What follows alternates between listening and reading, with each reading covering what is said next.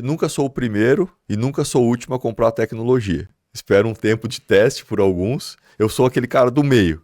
Ah, beleza, algumas pessoas começaram a usar, eu dou uma ligada, né? Geralmente eu ligo pro Marcelo Ono. Marcelo, o que você achou aí da tecnologia? Não, Diego, gostei, baixas complicações, está tendo bom resultado. E aí, geralmente, eu adquiro, assim, a tecnologia junto com alguns cirurgiões, né? Geralmente a gente não compra sozinho, né? Que é muito alto o valor. A gente acaba comprando em grupos aqui em Cascavel.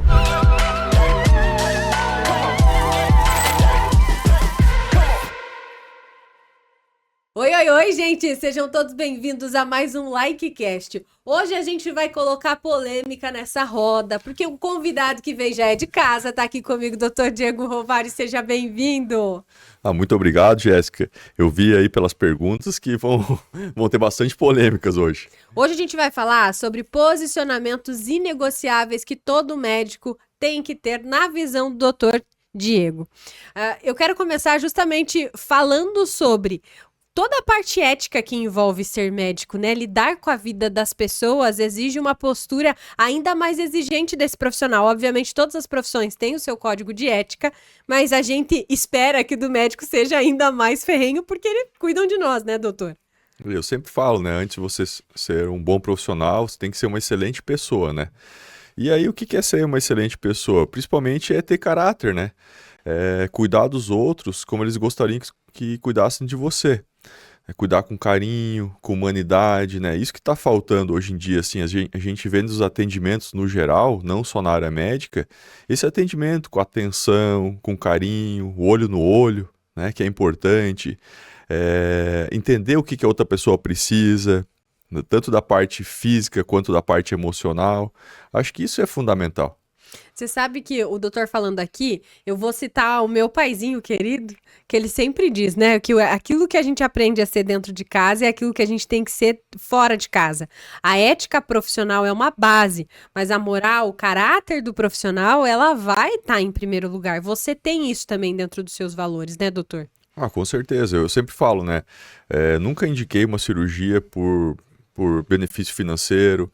Eu vou indicar uma cirurgia para paciente se ela tiver um benefício real, né? Agora, às vezes, se ela não está no peso adequado, se ela não está bem de saúde. Essa semana a gente cancelou 2 cirurgias que os pacientes não estavam bem de saúde. A gente não pode, por questão financeira, colocar a paciente em risco, né? E eu acho que esse é um detalhe importante. Às vezes a gente enxerga a cirurgia plástica com tanta paixão, né? É um sonho daquela pessoa e ela tá disposta realmente a realizar esse sonho. E esse cuidado, mas é só uma gripezinha, doutor. Vamos, vai dar tudo certo. Não dá para correr esse risco. Ah, não dá, porque é uma cirurgia eletiva, né? Não é uma obrigação, como se fosse uma doença. Por exemplo, a pessoa está com a vesícula inflamada, precisa tirar a vesícula logo, né? Tá com algum problema de saúde agudo, uma apendicite aguda, tem que ser de urgência. A plástica não tem urgência. A paciente ela tem que estar bem de saúde para a cirurgia plástica ser bem sucedida. Isso é fundamental. Já teve paciente que ficou um pouquinho estressada com esse tipo de decisão? Como é que você lida com a paciente para ter uma comunicação eficaz com ela? Geralmente a paciente entende bem, porque a paciente que me procura, ela quer segurança. Então o paciente já sabe como eu sou, sabe que eu não vou arriscar, tanto no procedimento, se ela não estiver bem de saúde, eu vou cancelar a cirurgia. E geralmente ela entende super bem, nunca tive paciente que estressou por causa disso. As pacientes estão bem boazinhas, viu? Eu já estava esperando um caos de barraco aqui, doutor. Não, não. Como lidar com aquela paciente que fica muito ansiosa para a cirurgia? Porque, como eu disse ali, a gente está falando daquele sonho. E aí a gente até tem aí, podemos colocar imagem, né, produção? Vou citar aqui a paciente Kelly, que ela, nas entrevistas que a gente fez com ela para o perfil do doutor, né, ela comentou justamente sobre isso. Eu queria chegar lá e já sair com a cirurgia marcada. E eu super feliz, falei, meu Deus, vou sair daqui já com a minha cirurgia marcada. Foi quando ele foi me examinar, me explicou, falou, você tem diástase, eu tenho 2 filhos, né? Então, quando ele falou, tá, mas só tem uma coisa, a gente só vai marcar a cirurgia quando você perder pelo menos 5 quilos. E não é bem assim, né, doutor? A gente tem critérios de seleção, por exemplo, o paciente não pode estar fumando, tem que parar de amamentar por pelo menos 6 meses, o paciente está com IMC no máximo 27, Questão de ansiedade, né? A paciente, ela tem que ter uma ansiedade controlada. Hoje em dia está todo mundo ansioso. O Brasil é o país mais ansioso do mundo. E tem que ter uma ansiedade controlada para essa ansiedade não prejudicar a recuperação dela no pós-operatório. E também não prejudicá-la no pré-operatório, que já aconteceu comigo, uma paciente estava tão ansiosa que ela não conseguiu realizar a cirurgia. Que aí veio o medo junto, veio outras questões que ela bloqueou. Então, às vezes, quando a gente vê que a paciente está ansiosa, a gente conversa bastante no consultório. Às vezes a gente precisa de ajuda de psicólogos, às vezes ajuda de psiquiatras. Às vezes eu passo para a paciente para ler algumas coisas na Bíblia, que vão tirar o medo, que vão tirar a ansiedade. Às vezes eu falo para ela ouvir alguns louvores, né? Tem um louvor que eu gosto muito, que é Não Mais Escravos, que é um louvor que, quando eu ouço, tiro meus medos também. Então, várias orientações, assim. Chamo o marido para dar força para ela, chamo os familiares, né? E tento explicar para ela que a gente fez todos os exames necessários e o risco dela para a cirurgia é muito baixo. Aí, geralmente, isso resolve super bem. E no final das contas, quando chega lá na sala de cirurgia, para quem não conhece esse ambiente, hoje, obviamente, com tantas imagens, fica um pouco mais fácil da pessoa imaginar. Mas para descrever isso para um paciente que nunca entrou no centro cirúrgico, como é a reação de quem está lá pela primeira vez, da paciente que está esperando esse desejo? O que que ela vê? O que que acontece nesse ambiente, doutor? Então, eu sempre falo que é um ambiente que a paciente não está acostumada a frequentar, né? É igual eu ir em um ambiente que eu também não sou acostumado. Você vai ter um pouquinho de medo, um pouquinho de ansiedade, mas a nossa equipe vai estar sempre com ela. Então, ela vai para o hospital, ela vai chegar no hospital, vai fazer uma ficha na recepção. A moça da recepção vai encaminhá-la para o quarto. Ela vai ficar um pouquinho no quarto, em torno de uma meia hora ali com o familiar, e a enfermeira vai vir buscar ela para ir para o centro cirúrgico. O centro cirúrgico tem algumas salas de cirurgia, tudo. Quando ela adentrar o centro cirúrgico, as pessoas vão fazer algumas perguntas para ela, se ela tem alergia, se ela está em jejum, né? Se está tudo bem com ela, se ela está gripada ou não. Um checklist que a gente fala, que é um checklist para a segurança da paciente. Chegando no centro cirúrgico, ela vai para a sala de cirurgia. Lá no Gênesis, por exemplo, tem 8 salas. Geralmente a gente faz cirurgia na sala 2, né? Ela vai para a sala de cirurgia, a enfermeira vai pegar uma veia, né, que é um momento chatinho, às vezes dá aquela picadinha, igual tirar sangue, né? E aí eu vou chegar, já vou colocar um louvor ou a música que a paciente quer, né, que ela gosta, e a gente vai fazer um desenho. E aí a gente vai estar ali, eu, Angelito, o Fernando, que é da minha equipe, né, o anestesista do dia, e a gente vai tentar tranquilizar a paciente, né? Eu vejo assim que existe toda uma preocupação com o ambiente justamente para deixá-la familiarizada. A técnica da música funciona mesmo? Porque quem ouve vai dizer assim: ah, será que funciona mesmo? Ajuda a relaxar de verdade? Ajuda bastante, tem vários pacientes nossos que lembram até hoje a música, né, que tocou. Tem uma paciente nossa que ela sempre me manda mensagem: eu tô escutando a música que tocou na minha cirurgia, né? Você vê que isso grava muito e acalma, né? A música calma, né? Eu, pelo menos, de manhã eu sempre ouço louvor, vou no meu carro escutando louvor até o hospital, isso me acalma também. Isso aí. E eu fiquei sabendo que a mão da Angelita é até alugada por algumas pacientes que não querem soltar, é verdade? Que história é essa? Amanhã é aniversário da Angelita, semana que vem ela faz 9 anos que tá com a gente, né? Os pacientes adoram ela é uma pessoa muito fiel à equipe, né? Uma pessoa que as pacientes se conectam muito. Eu tava falando com ela hoje, né? A paciente conhece ela no consultório e sempre pergunta: Angelita, você vai estar lá no centro cirúrgico? E ela fala: vou estar lá. Isso conecta muito e a paciente até diminui o medo, que sabe que vai ter uma pessoa conhecida lá, além de mim, né? Então, isso é muito importante, essa conexão que tem das pacientes com a Angelita para diminuir o medo e melhorar até a confiança da paciente com a equipe. E aí você falou uma palavra importante, a confiança, né? É uma relação que ela precisa ter essa confiança no profissional. E a gente tem hoje, né, doutor, com as mídias sociais, a facilidade de fazer muita propagação de ideias. E aí tem muita cirurgia que parece até milagre, porque é só aquele famoso estalar de dedos do Instagram e a mulher tá completamente renovada, o corpo tá novinho. Como é que é lidar com essa expectativa que nem sempre vai ser real, doutor?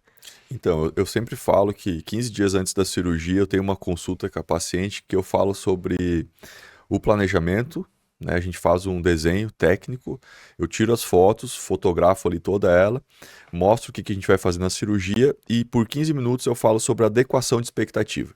Eu falo, olha, isso a gente consegue, isso a gente não consegue, isso vai ficar um pouquinho flácido ainda, aqui talvez a gente não consiga tanta cintura, aqui a gente vai, em algumas pacientes eu falo, ó, aqui a gente vai conseguir mais cintura, porque depende da anatomia, né? Depende do corpo, depende do peso que ela vai estar no momento, depende de vários aspectos. Então, não dá para se comparar, cada paciente é única. Tem pacientes que a gente consegue um resultado melhor, tem pacientes que a gente consegue um resultado bom, mas não tão bom quanto na outra paciente.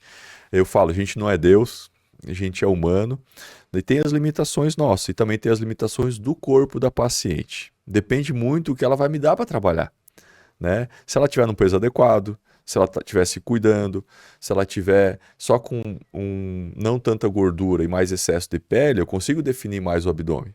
Agora, se ela tiver um pouquinho mais cheinha, não vai ter tanta cintura, o abdômen não vai ficar tão chapado.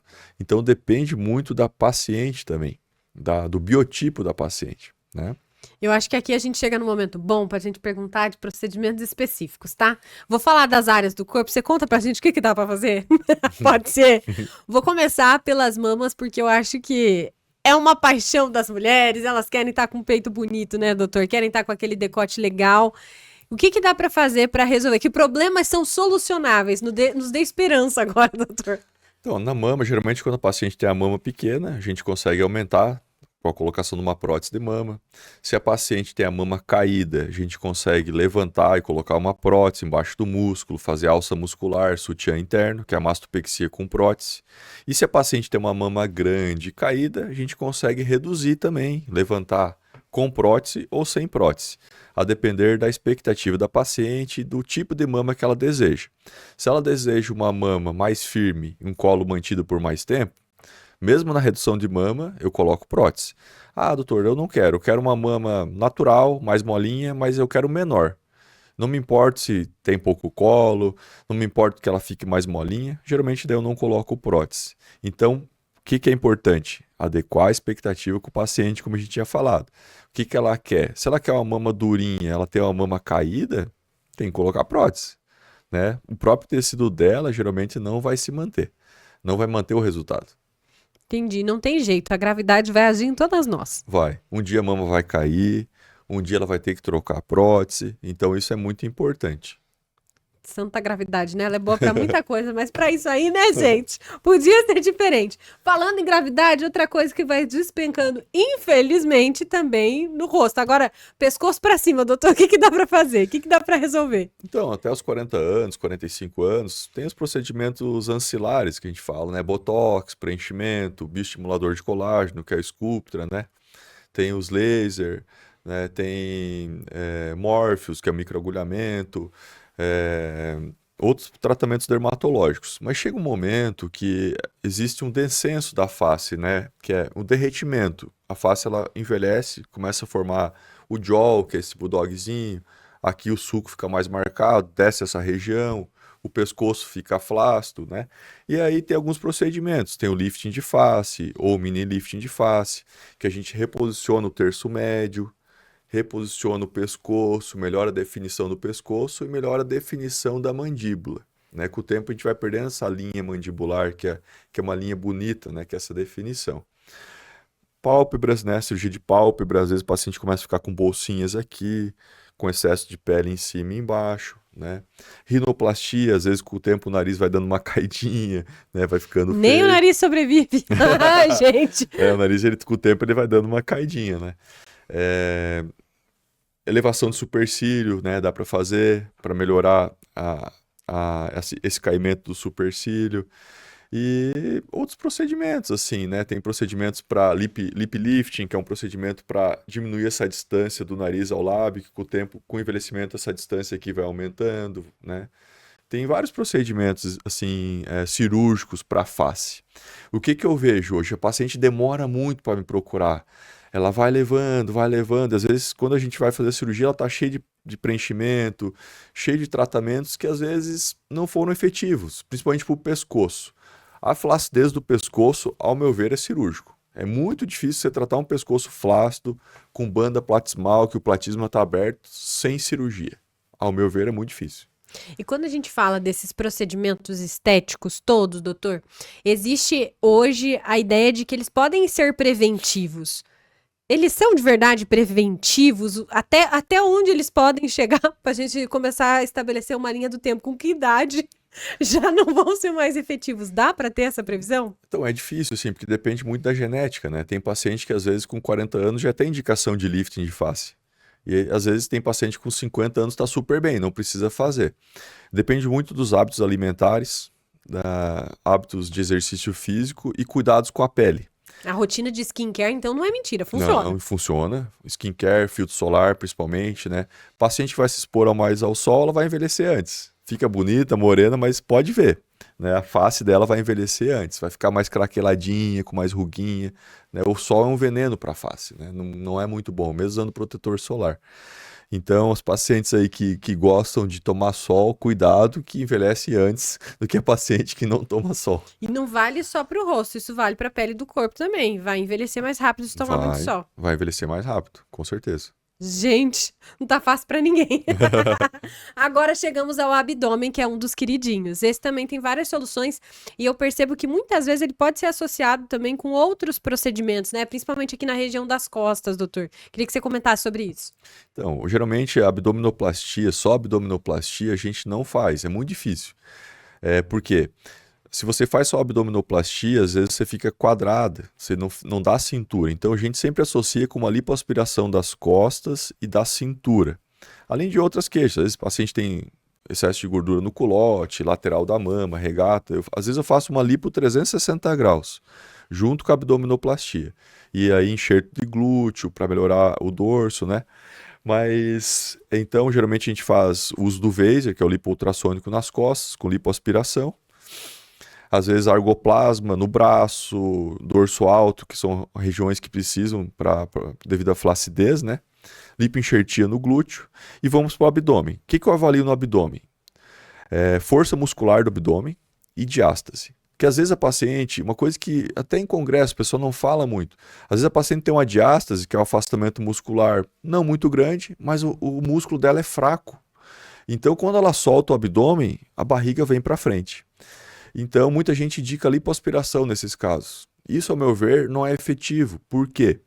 Precisa fechar essa diástase, precisa fortalecer essa musculatura. Então, gente, não é só diástase, é a força muscular do abdômen. Eu sempre falo isso no consultório e às vezes até alguns colegas têm dificuldade de entender isso e algumas pacientes. Ah, mas minha diástase é pequena, mas quando solta o abdômen, vem tudo para frente. Como que está a força muscular desse abdômen? Está ruim. Então, uma lipoaspiração sozinha não vai resolver a musculatura, porque a lipoaspiração age só na gordura. Então, você precisa fazer um mini abdômen ou uma abdominoplastia, fechar a musculatura e fortalecer essa musculatura, né? Então, em alguns casos eu fecho só em sentido vertical, a musculatura, em alguns casos eu fecho em sentido vertical e horizontal, que é a aplicatura em cross-ball, para deixar mais acinturado.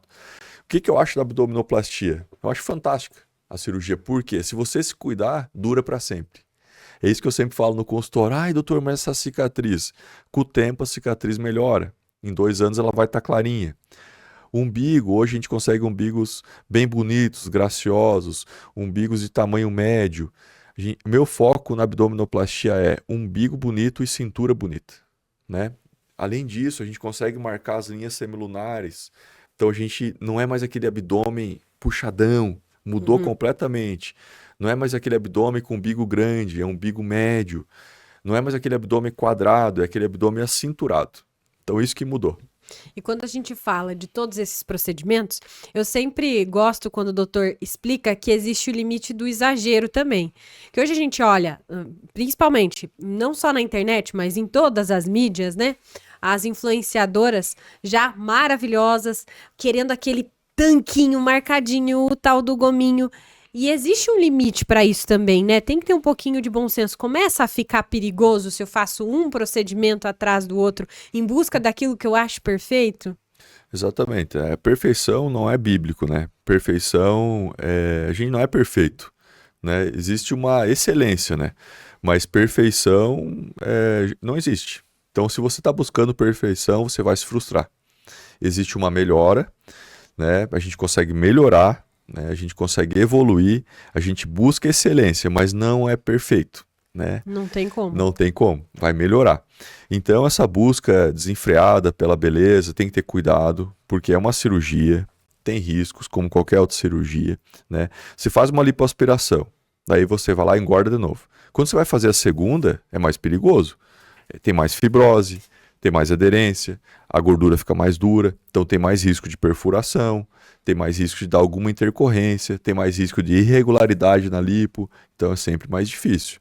Então o ideal é você fazer a cirurgia e começar a se cuidar. Aquele negócio, tem paciente que às vezes quer ir todo ano fazer uma lipo, eu não concordo. E às vezes eu falo, não vou fazer. Você tem que se cuidar, você tem que mudar os teus hábitos, senão você vai estar todo ano aqui. E aí eu também não gosto disso, né? Eu quero que o meu resultado seja mantido, né? Não quero ficar operando o paciente todo ano. E o resultado, quando ele vai sendo só da cirurgia plástica, chega um ponto que ele não vai ser mais tão efetivo como foi a primeira, né? Sim. Não adianta você fazer cirurgia plástica e não se cuidar na alimentação. Isso não vai trazer benefício para você, né? É sempre aquela tríade, né? Dieta, atividade física e cirurgia plástica. Esse é o segredo para o sucesso. E uma aguinha sempre, né, doutor? Uma Se manter hidratado. Ainda bem que você lembrou de mim, né, Jéssica? Né? Aí, ó. Pronto, agora vamos se manter hidratado. Agora Muito dá pra- obrigada, viu, Max? 1001 utilidades, menino, tá vendo? Isso aí, Max. Sempre com excelência. Doutor, e dentro de tudo isso que eu tô falando, o objetivo do podcast de hoje é falar de posicionamento. Na internet, a gente vê muita coisa em relação ao questionamento da efetividade da cirurgia plástica, sobre esse mundo ser o mundo da futilidade, sobre todos esses questionamentos. Inclusive, viralizou um vídeo de uma médica que ela fala, por exemplo, que lifting de face não deveria ser mais indicado para as pessoas, que é um risco.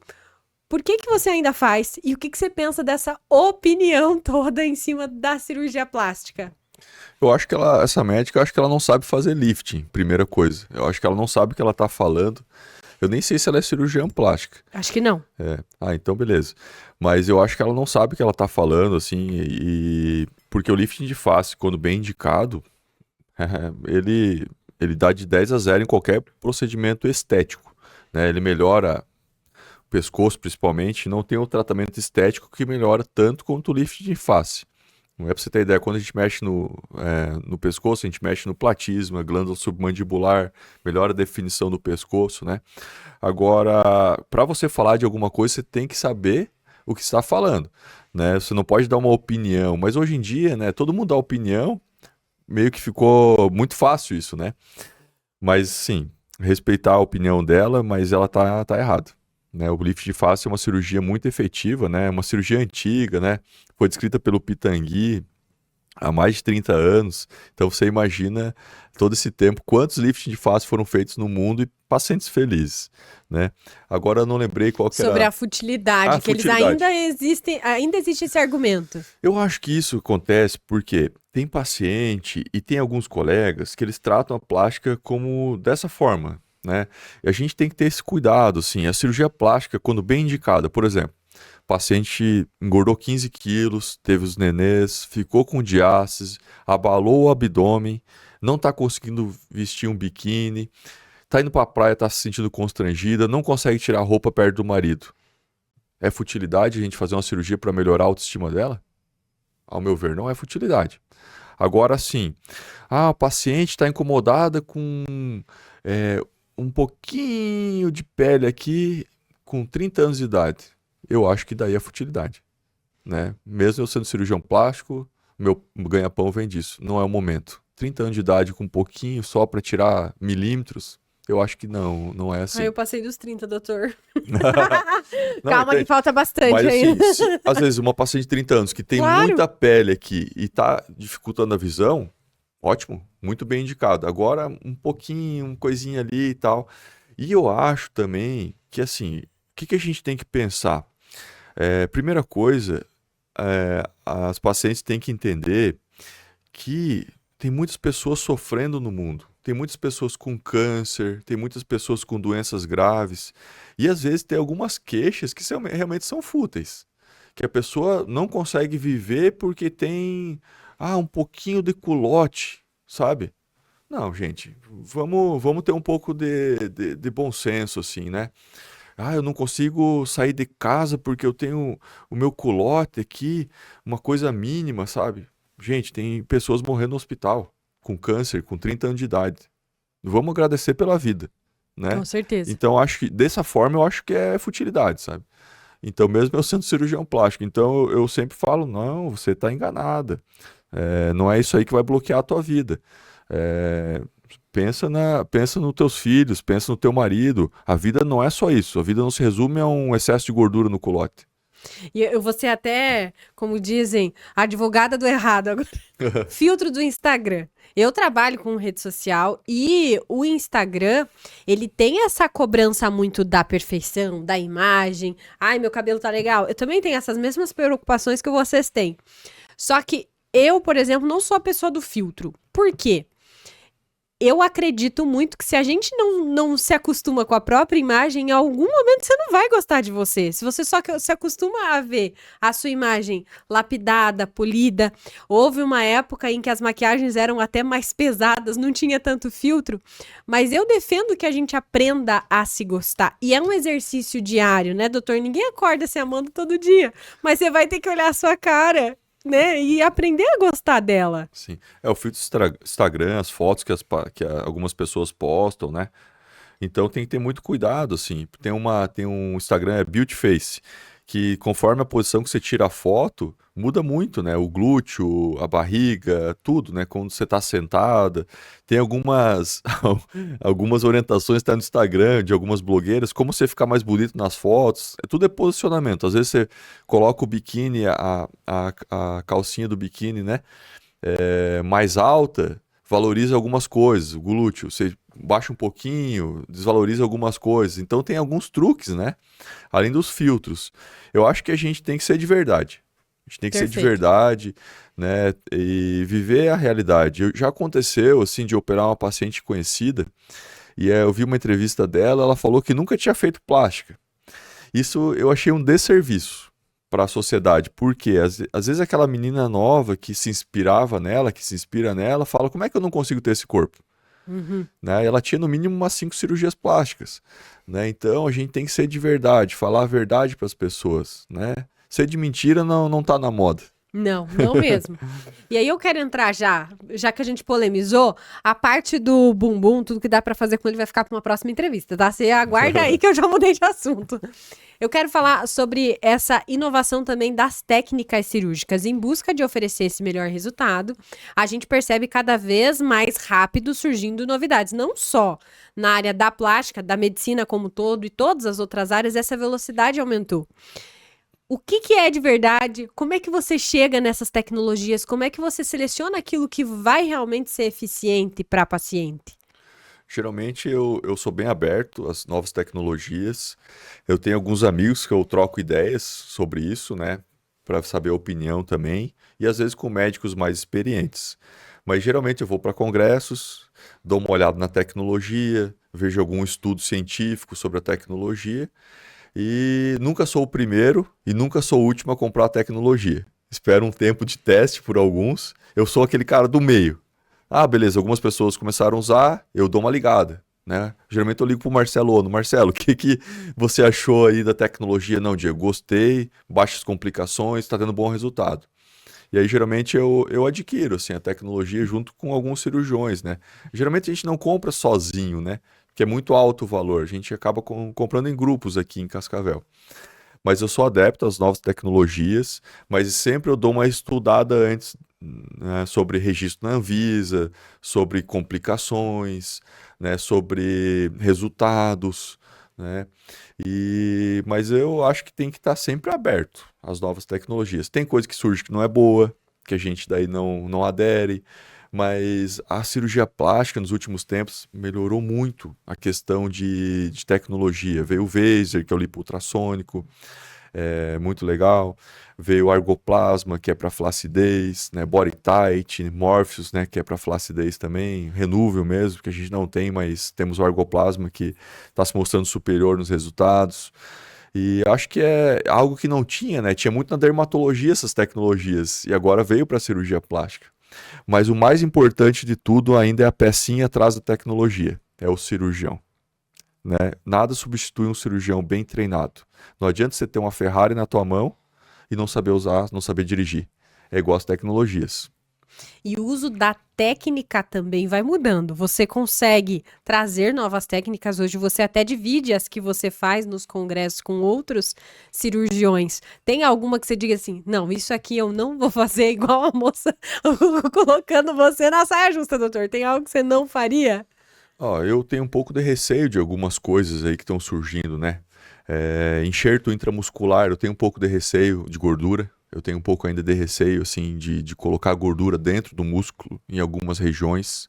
Na coxa, por exemplo, eu tenho um pouco de receio, um pouco de medo de complicações infecciosas, complicações embolia gordurosa. Tenho um pouco de receio. Existe isso, embolia gordurosa? Desculpa, não Existe. sou da área. Explica pra nós. Embolia gordurosa, assim, quando você coloca gordura em alguma região, por exemplo, dentro do glúteo, a gente não injeta gordura dentro do músculo glúteo, a gente injeta na gordura. Então o risco de embolia gordurosa não tem. Mas quando você injeta gordura dentro do músculo, o músculo tem muitas veinhas e artérias. Você pode injetar, sem ver, dentro de alguma artéria a gordura e ela ir para o pulmão fazer uma embolia gordurosa. Entendi. E é grave. Né? Então eu tenho medo disso. Eu sou bem criterioso, assim, embora tenha alguns estudos, mas eu acho que esses estudos ainda o N, que é o número de casos estudados, ele é pequeno. Por isso que eu não faço ainda. E eu vejo assim, existe todas essas novidades e existem também o que a gente chama de que sempre funciona, que são as técnicas mais clássicas. Existem técnicas, como você falou aí do lifting, que você pratica desde muito antes, né, doutor? Como que você se tornou referência e dentro de que áreas você se tornou referência dentro da plástica hoje, para quem está te conhecendo hoje? Eu acho que a cirurgia que eu mais faço é a mastopexia, né? Eu falo que a mastopexia com a alça muscular, ela mudou a minha vida profissional, né? 70% dos meus casos hoje são cirurgias de mastopexia. E hoje eu sou referência nessa cirurgia aqui em Cascavel, no sentido que vem pacientes que operaram 2, 3, 4 vezes. Hoje eu operei uma paciente que ela tinha operado 4 vezes. Então era a quinta cirurgia com a minha.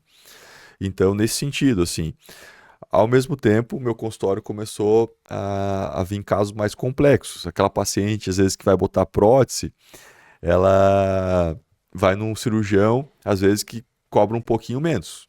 Porque ela acha que aquela cirurgia não é tão importante ou não é tão difícil de ser realizada. Então, isso que eu vi, o meu perfil de pacientes, elas mudaram. Às vezes, elas operam a primeira cirurgia com outro cirurgião e aí, quando tem alguma intercorrência ou um resultado não desejado, ela me procura. Isso eu notei. E qual que é a satisfação que você tem de resolver esses casos complexos? Pra gente que tem o prazer de acompanhar o bastidor da cirurgia, a gente sabe que você gosta, né, doutor, de resolver o problema. Eu gosto, Jéssica, mas às vezes eu durmo preocupado na noite anterior. Na noite anterior, às vezes eu fico preocupado. Mas, assim, com o tempo, a gente vai com o plano A, né, que é tentar manter a prótese embaixo do músculo, né, fazer uma realça, um reono que a gente fala, o HCBRA do Carlos, que publicou.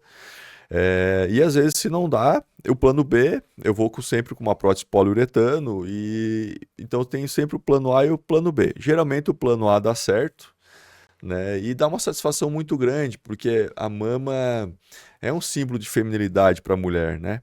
Então a gente quer deixar o melhor possível. Eu também me cobro muito em relação ao resultado, né? E a paciente, a gente quer que a paciente fique feliz e goste do resultado. A gente sempre busca isso, né? E quando a gente fala desse preparativo, tem um ritual que você segue que não pode faltar?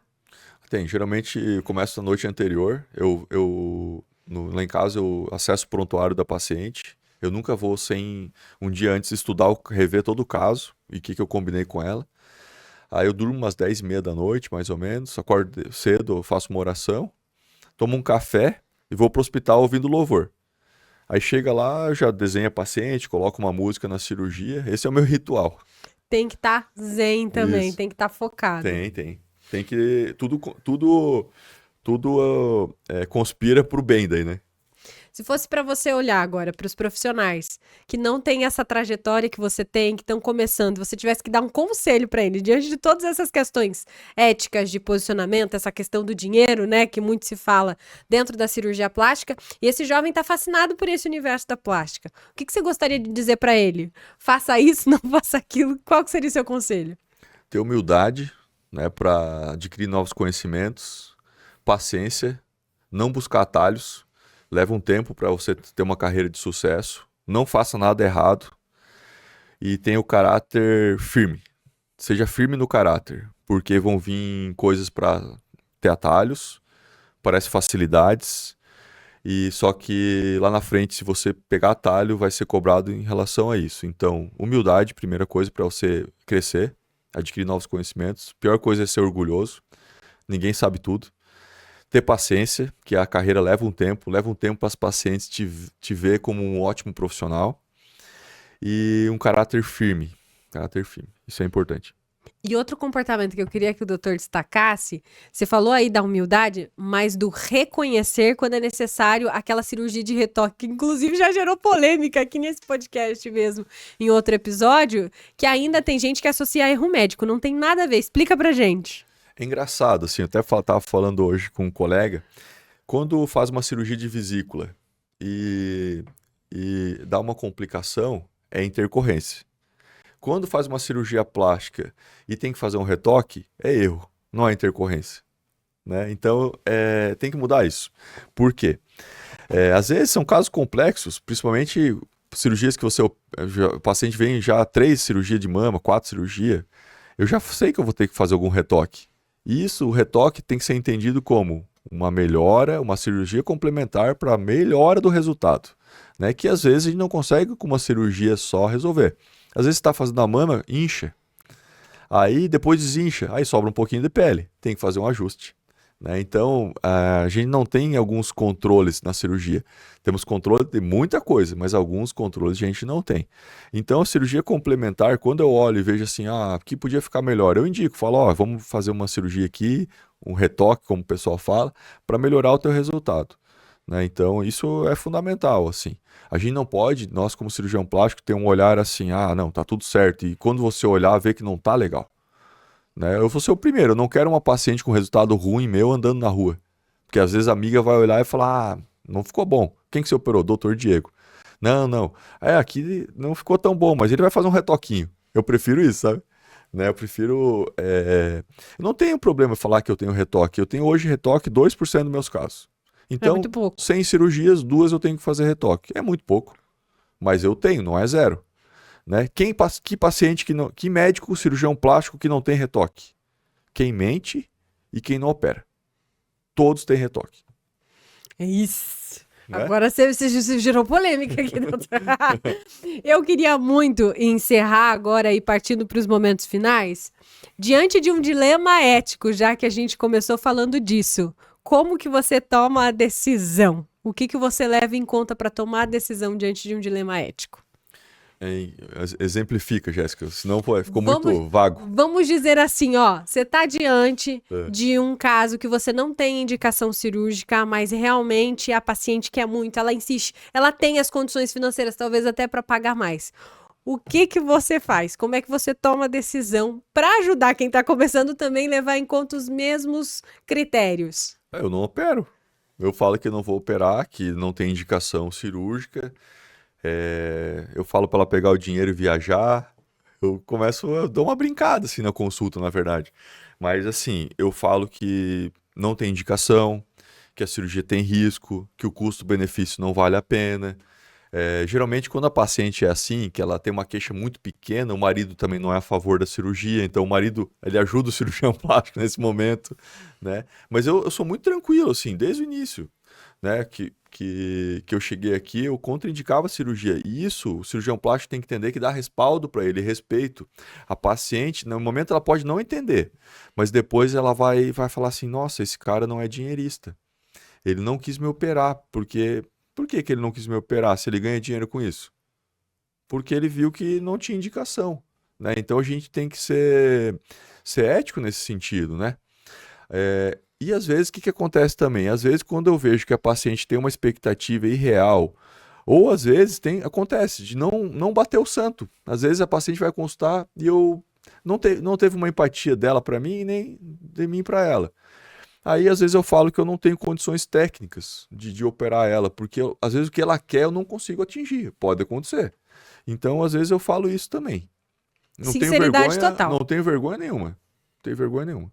Então, a sinceridade é o caminho. Sinceridade é o caminho e não transpor questão ética por causa de dinheiro, né? No final, sempre vale a pena a verdade, igual você começou aqui dizendo. Doutor, gostei muito do nosso papo e aqui fica o compromisso. Você volta? Eu prometo que eu vou procurar mais assuntos assim, ó, pra te deixar na saia justa. Hoje foi complicado, né? Não, mas eu não tenho, eu acho muito bom a gente conversar sobre isso. Além da questão de técnicas, né? Eu acho que isso faz muita diferença, né? Assim, até para cirurgião plástico, para os pacientes conhecer mais um pouco do que eu penso, né? Isso é muito importante. Eu já vou deixar o convite aqui, ó, para vocês também acompanharem o doutor no Instagram. Ele posta coisas muito interessantes. Esse caso da gripe que a gente falou hoje aqui, inclusive, ele deu uma super explicação do porquê que não pode. Então, para você que sonha em fazer a sua cirurgia plástica, sonha em ter aí aquele corpo que tá na tua mente, será que ele é realizável? Acompanhe as redes sociais que eu tenho certeza que isso vai te trazer mais clareza. Doutor, muito obrigada. Volte sempre. Obrigado. Topa mais um cafezinho? Vamos agora lá. no bastidor? Beijo pra vocês, até mais. Em breve mais um LikeCast pra você.